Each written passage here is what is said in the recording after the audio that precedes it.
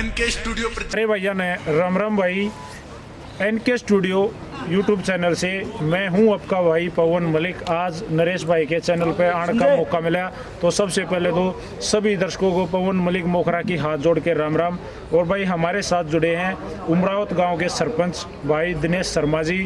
और शर्मा जी आज सुबह से हमारी संस्कृति हमारा स्वाभिमान पे जो प्रोग्राम चल रहा था वहाँ पे उपस्थित थे। तो शर्मा जी सबसे पहले तो राम राम है जी। नमस्कार जी। थोड़े तेज बोलिए, आप मेरे जितने तेज। पवन जी नमस्कार। सबसे पहले तो आपका और नरेश भाई का, पवन भाई आपका यहाँ पूछने पर हार्दिक धन्यवाद करता हूँ, अभिनंदन करता हूँ। और साथ में मंजीत भाई भी बैठे हैं, भाई मंजीत पास और हमारे मित्र हैं, उनको भी भाई मंजीत भाई राम राम। राम राम मलिक साहब और N K studio. Sir Sharma ji, sarpanch साहब, मैं आपसे दो चार बातें करना चाहूँगा प्यार प्रेम की। सबसे पहले तो आप ये बताओ कि आपको आज जो प्रोग्राम सुना, पंडित विष्णुदत्त शर्मा जियों का जो सांग आज सुना, आपने कैसा लगा, कितना आनंद आया? सांग में बहुत ही बढ़िया आनंद आया। और शर्मा जी के जो जितने भी सांग हैं उनमें आनंद ही आनंद आता है। ये हमेशा जो सांग करते हैं बहुत बढ़िया मन लगा के, दादा की अच्छी कविताई के बारे में हमें बताते हैं, तो उसमें पूरा आनंद आता है। शर्मा जी जैसे क्या आप सुनते रहते हो? हाँ जी, मतलब संस्कृति से जुड़े हुए हो? से जुड़े हूँ जी। मैं यहाँ पे आश्रम बनाना शुरू किया तब से महीने के साथ जुड़ा हूँ। जो मेरा फर्ज था सरपंच होने के नाते, उस पर मैं अपना कार्य कर रहा हूँ। सर जब स्टार्टिंग हुई, मन बनया, जैसे आप वाली बात है, मन बनया कि भाई यहाँ आश्रम बनाया जाए। मैंने ये सवाल पहले हनुमान जी से भी कराया था जो प्रधान जी हैं। सर उमरावत ही क्यों चुना था? देखो, ये एक भगवान की और दादा की एक गांव पर एहसानमंद है जो संगठन ने हमारे गांव को यहाँ चुना। एक छोटा सा गांव उमरावत, उसमें हम बहुत भाग्यशाली हैं कि यहाँ हमारे गांव उमरावत में, और मेरे कार्यकाल की देखरेख में ये ज़मीन ली गई यहाँ पे और कार्य शुरू कराया गया आश्रम का। इसके लिए हम धन्य हैं। सर कितनी ज़मीन है टोटल जो आश्रम के लिए है? लगभग 1950-2000 के लगभग 2000 गज, 1554 गज जमीन। 1554 गज जमीन। तो सर क्या ये आपकी गांव की पंचायत ने दी या यहाँ आके खरीदी है? ये हमारे भांजे हैं घनश्याम, उसने दी है। और जो मार्केट जो रेट था उससे 1000 रुपये गज कम में दी है ये जमीन। हाँ जी। तो जी इस पूरे गांव का, उमरावत कोट उमरावत जो गांव है, इसका कितना सहयोग इस आश्रम में है या कोई खिलाफ भी है? नहीं जी, इस गांव में कोई खिलाफत नहीं है। हमारे बड़े भाई हनुमान प्रसाद जो आज इसके अध्यक्ष हैं, इससे पहले सुनील निहारी अध्यक्ष थे, उसको भी पूरा गांव का सहयोग था। और आज भी हनुमान भाई को भी कोट उमरावत का पूरा सहयोग, पूरा गांव तन मन धन से पूरा सहयोग दे रहा है। क्या गांव भी इसमें पूरा उत्साह लेता है? चंदा देने में आते हैं यहाँ पे? हाँ जी, हमारे गांव की तरफ से पूरा चंदा आता है। और हर लोग, बच्चे, युवा साथी जो हमारी कमेटी है, उसके जो बच्चे हैं, जितने दिन भी प्रोग्राम चलता हो, 2 दिन 4 दिन 6 दिन 10 दिन, वो सेवा में रहते हैं। तो जी जैसे आप हालिया सरपंच हो, हाँ जी, तो जी जो आपके साथी सरपंच और हैं दूसरे गांव से, क्योंकि आप लोगों का तो फिर मिलना जुलना होता रहता होगा, तो क्या आप उनको भी बोलते हो कि भाई हमारे गांव में ऐसे ऐसे दादा के नाम से आश्रम बन रहा है? तो दादा के आश्रम से शुरुआत की थी, जो कार्यक्रम चले थे, लगभग मेरे आसपास के 10-11 गाँवों के सरपंच आए थे। और हर सरपंच ने यहाँ चंदा भी दिया था और पूरा टाइम भी दिया था। उनका सहयोग हमारा ऊपर हमेशा बना रहता है। क्या ये स्थान केवल ब्राह्मणों के लिए है? नहीं जी, ये स्थान 36 बिरादरी के लिए है, एक ब्राह्मणों के लिए नहीं है। इसमें जितने भी कवि हुए हैं उनकी हर कवियों की जयंती मनाई जाती है। एक जाति के नाम से नहीं है, हर समाज की सर्व जाति है। तो जो कमेटी है इसमें जो पद हैं, क्या वो पद जो हैं या उनमें जो स्थान है, क्या वो भी ब्राह्मणों के लिए है या सबके लिए? इसमें सभी के लिए पद हैं। एक ब्राह्मण जाति का कोई वो नहीं है। इसमें सर्व जातीय पद और सर्व जातीय कमेटी है। कल को कोई ब्राह्मण के अलावा किसी और जाति का भी इसका अध्यक्ष बन सकता है, जैसे आज हनुमान कौशिक है? बिल्कुल बन सकता है। पंजाब खोड़ से भी है, हमारे यहाँ राजस्थान से भी हैं, कई जगह से हर जाति के लोग यहाँ आते हैं। और उसके हमारे पदाधिकारी भी हैं, अध्यक्ष कोई भी बन सकता है इसमें। चौधरी मेहर सिंह के नाम से भी एक कमेटी है। हाँ जी। क्या उसके जो सदस्य हैं उनसे भी आपकी चर्चा या बातचीत या उनको भी यहाँ कभी आपने निमंत्रण दिया है? उनको भी बुलाया है और दयाचंद माइना कमेटी उनको भी यहाँ बुलाया है। हम जितने भी संगठन से जुड़ते हैं, छोटी जो कमेटियाँ बनाई हुई हैं, जैसे पापोड़ा से हमारे दादा लक्ष्मी चंद के नाम से भी है, उनको भी बुलाते हैं। और जितनी भी सांस्कृतिक कमेटियाँ हैं, हमारा ध्येय और यही है कि सभी कमेटियों को यहाँ बुला के उनको सम्मान किया जाए। एक मेरा कमेंट आ रहा था जब मैंने हनुमान कौशिक जी का इंटरव्यू कराया, तो वो मेरे मन को छुआ उस कमेंट ने, कि उसमें लिख रखा था किसी भाई ने जिसने भी कमेंट कराया, मैं उसका धन्यवाद करना चाहूँगा, कि जो हम सांस्कृतिक प्रोग्राम यहाँ करवाते हैं ना, यहाँ इस मंच पे, वो तो करवाएं ही, इसके साथ में हम गांव-गांव में जहाँ पे हमारी संस्कृति बिल्कुल विलुप्त होगी, कैथल साइड में या उस साइड में बिल्कुल कम सुनते हैं, तो क्यों नहीं हम प्रयास करें वहाँ जाके भी हम इस तरह के सांस्कृतिक प्रोग्राम करवाएं। Sir please.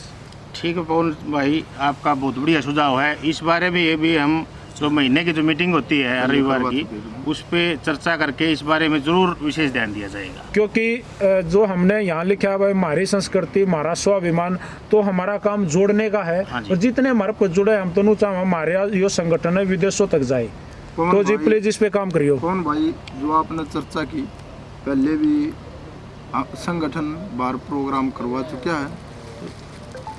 प्रोग्राम हम संगठन ने जाट्टी में भी किया, प्रोग्राम संगठन ने कैथल में भी किया, संगठन ने प्रोग्राम पानीपत में भी किया, सिरसा में भी किया, राजस्थान में भी किया, धनौरी में भी किया प्रोग्राम, जहाँ पर भी इसी नाम से सर, इसी मंच के नाम से, इसी मंच के नाम से, इसी मंच के नाम से हुआ है। बहुत बढ़िया जी।